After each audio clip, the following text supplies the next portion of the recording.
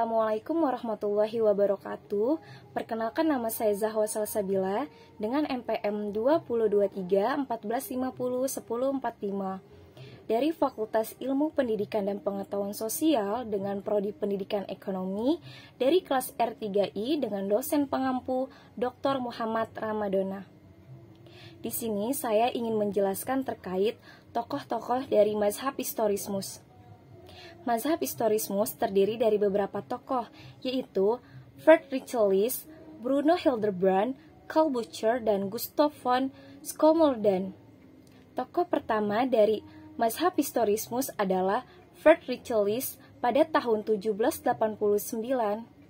sampai dengan 1846. Menurut Friedrich List dalam bukunya Das National System der Politischen Economie pada tahun 1841. Friedrich List berpendapat bahwa kemajuan perekonomian suatu masyarakat diukur menurut kemajuan teknik atau cara produksinya.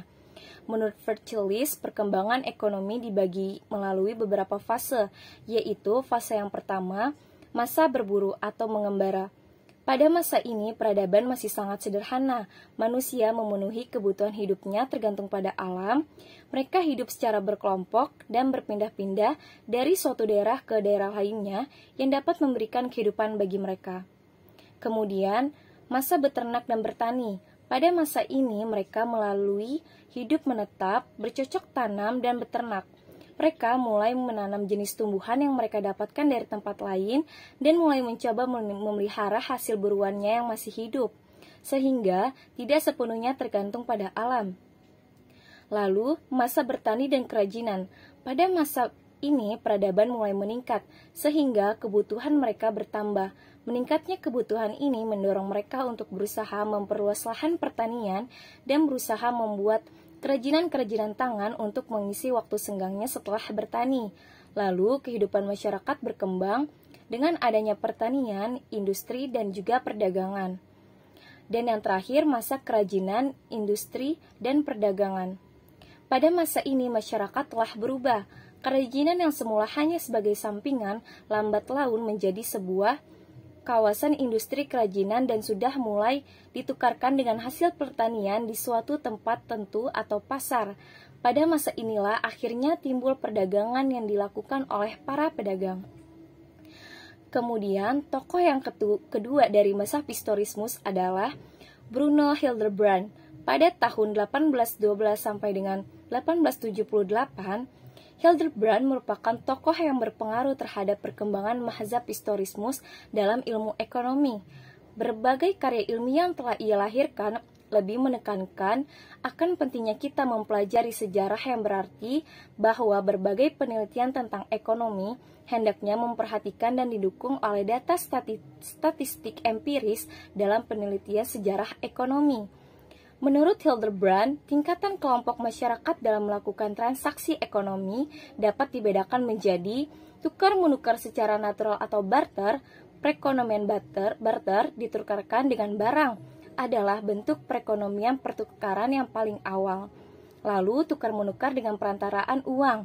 Dalam teori ekonomi moneter terdapat 4 kegunaan uang, yaitu alat tukar, alat penyimpanan nilai atau daya beli, satuan hitung, ukuran pembayaran masa depan hutang piutang, dan yang terakhir, tukar-menukar dengan menggunakan kredit.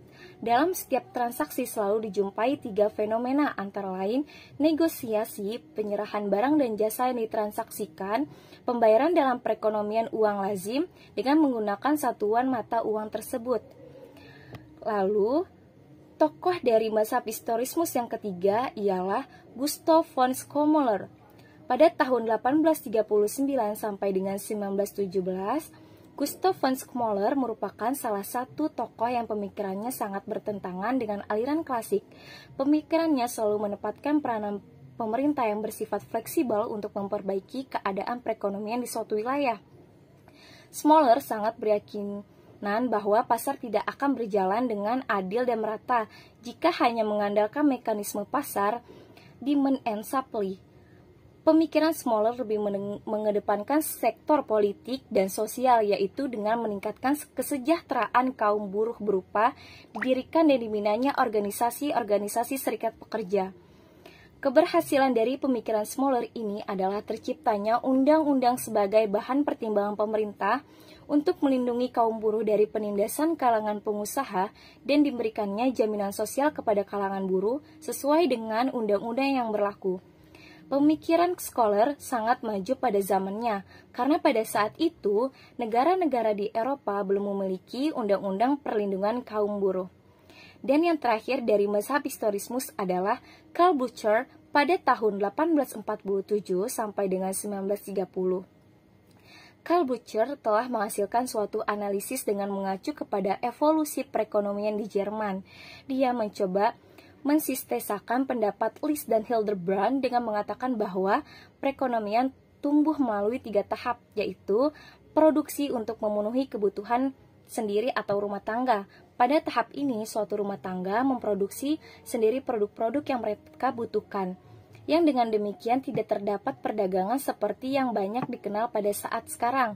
Kemudian, perekonomian kota, karakteristik yang menonjol dari perekonomian kota dibandingkan dengan perekonomian rumah tangga antara lain, yang pertama ada skala perdagangan yang tercermin dari nilai dan volume barang-barang serta jasa-jasa yang diperdagangkan menjadi semakin besar, dan hal ini berimplikasi kepada berkembangnya sektor transportasi.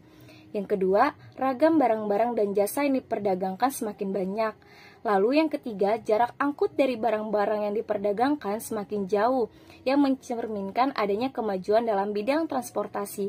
Lalu yang keempat, banyaknya di antara para pelaku yang terlibat dalam perekonomian kota ini, satu sama lain tidak saling mengenal. Kemudian, yang kelima, peranan kaum pedagang dan pengusaha pada umumnya menjadi semakin menonjol sehingga kadang-kadang menyaingi kekuasaan raja. Dan yang terakhir, penggunaan uang sudah semakin meluas mengakibatkan perekonomian menjadi lebih efisien, merangsang unit-unit produksi dan konsumsi untuk berkembang lebih lanjut, sehingga perekonomian kota jauh lebih dinamis dari perekonomian rumah tangga. Dan yang terakhir, C. Perekonomian nasional. Pada tahap ini, produksi dan pertukaran sudah mengalami kemajuan selangkah lagi di mana hampir semua kegiatan ekonomi perkotaan dan perdesaan di suatu negara sudah semakin terintegrasi. Kegiatan produksi sudah berorientasi ke pasar atau market oriented, yaitu barang diproduksi untuk dijual ke pasar. Sekian penjelasan dari saya, kurang dan lebihnya saya mohon maaf. Wassalamualaikum warahmatullahi wabarakatuh.